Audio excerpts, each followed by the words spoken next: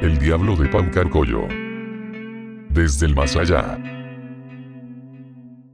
Mucho antes de que Bolivia nazca a la vida libre y soberana, durante la época de la colonia, la Villa Imperial era una metrópolis tan grande y poblada que solo podía equipararse con París, Francia. La riqueza minera de Potosí atraía a propios y extraños, de manera que la región era prioritaria para la corona española, que había expandido sus intereses a distintos poblados, cuyos socavones también eran explotados. Uno de estos distritos era Paucarcoyo, un pequeño asentamiento donde los españoles obligaban a los indígenas a extraer los metales preciosos. Al pueblo no le faltaba su iglesia, el edificio del corregidor, las pocas, pero comodísimas casas de los invasores y las casuchas donde vivían las humildes familias de los indígenas mineros. En el lugar, un día se presentó un hombre alto, de cabellera bien peinada, mostacho impecable, que vestía un traje oscuro y capa rojo carmesí. Sin intercambiar palabra con nadie, ingresó en el edificio principal del pueblo, donde se presentó como enviado del virrey de Perú, quien le había conferido el máximo cargo del corregimiento de Paucarcoyo.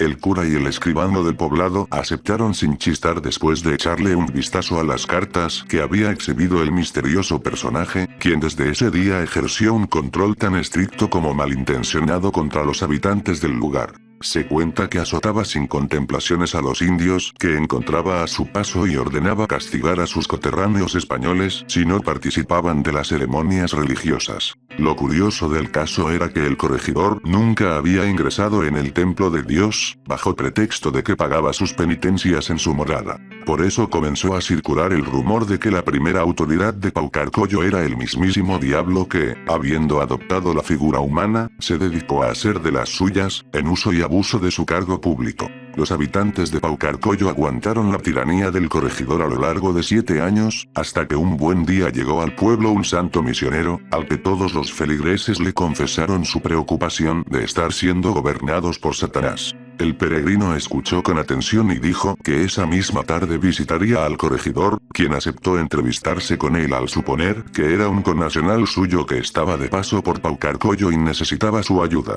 Lo recibió en su elegante despacho, donde se sentaron frente a frente. Después de bendecir la vida del corregidor, presentarse como un peregrino de la fe y leer algunos pasajes bíblicos, el misionero observó fijamente a los ojos a su interlocutor, quien comenzó a ponerse nervioso, transpirar y despedir un hediondo olor a azufre. Antes de que la autoridad reaccione al ataque del religioso, este profirió una serie de frases propias de las sesiones del exorcismo.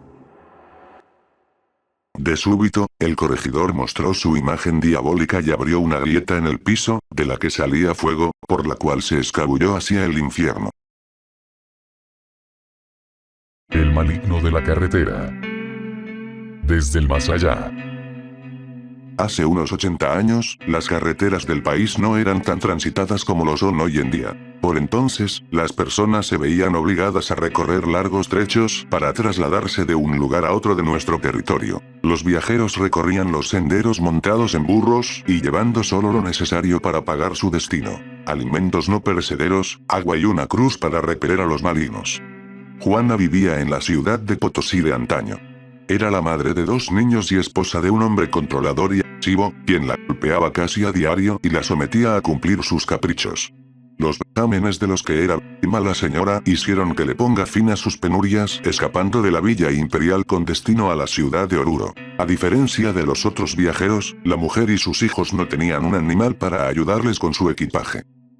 Por eso llevaron consigo unas cuantas prendas, algo de pan y un par de imágenes religiosas, que para Juana eran muy especiales por la devoción que les profesaba. Cargada de los santos y agarrando a los niños de las manos, partió hacia su nuevo destino. Así se fue alejando de la ciudad, hasta adentrarse en el altiplano que separa Potosí de Oruro. Después de 3 largos días de caminata, en que los 3 andarines descansaron donde les pillaba la noche, Juana se encontró con el habitante de una comuna cercana al lugar, donde improvisaron una tienda de acampar. El señor escuchó las razones por las que los pequeños y su madre viajaban sin la compañía de un hombre que los cuide. Conmovido, compartió su comida y les ofreció pasar la noche en su vivienda.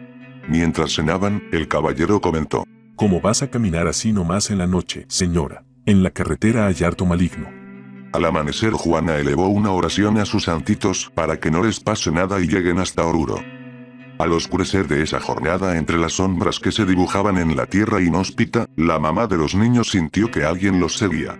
Se volteó y a lo lejos observó la silueta de un hombre. Juana gritó. Acelera tu paso, nos vamos a acompañar. Aunque no obtuvo respuesta. Uno de los chicos se giraba de rato en rato para ver al misterioso acompañante, cuando, de un momento a otro, el niño apretó la mano de su madre. ¿Qué pasa, chico?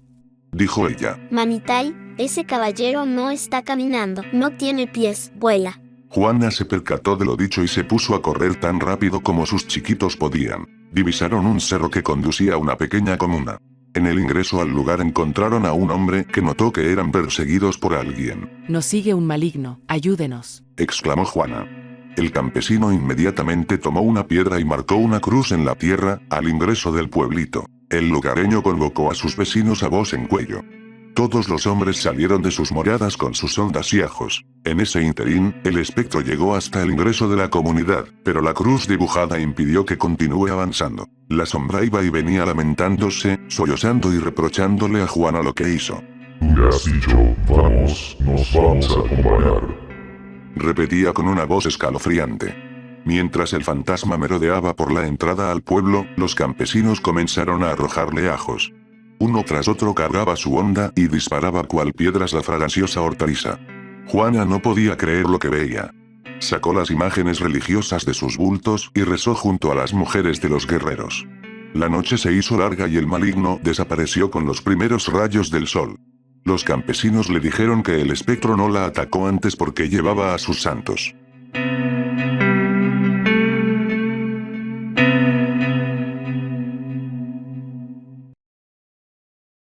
El origen del Chuta. Desde el más allá.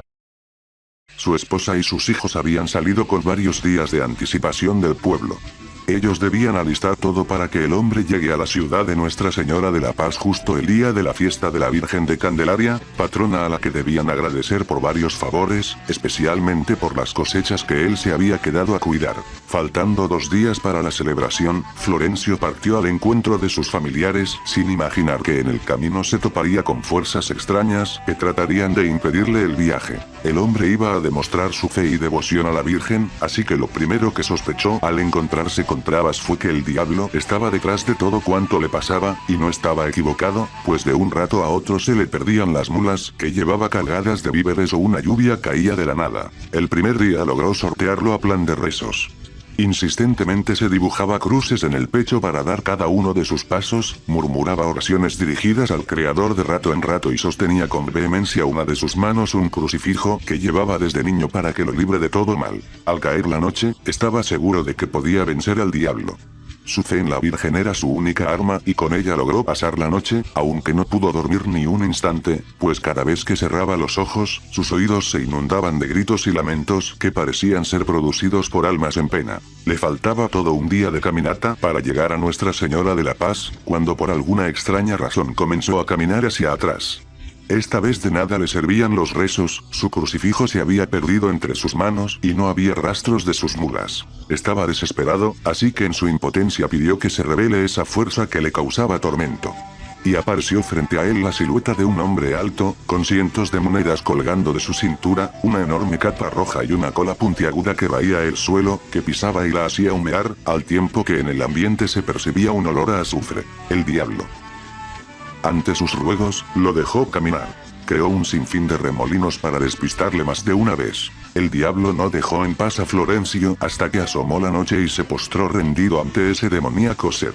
Le dio la victoria y pidió que lo dejara en paz, porque regresaría a su pueblo, a su natal Catiabiri, de donde no debía haber salido, dejando sus plantaciones y su pequeña casa. El diablo festejó con algarabía, incluso le dio unas monedas para que llegue sin contratiempos a su pueblo, y se alejó dando saltos, como cuando alguien camina sobre brasas, pero no contó con que era solo una treta de Florencio, quien en cuanto el diablo se perdió, buscó lanas de todos los colores, se pintó la cara de rosado e improvisó una barba, para aparentar ser uno de los criados del demonio. Así pasó más tarde, tranquilamente frente al diablo, quien le dio incluso un par de mujeres para que vaya bailando donde quiera.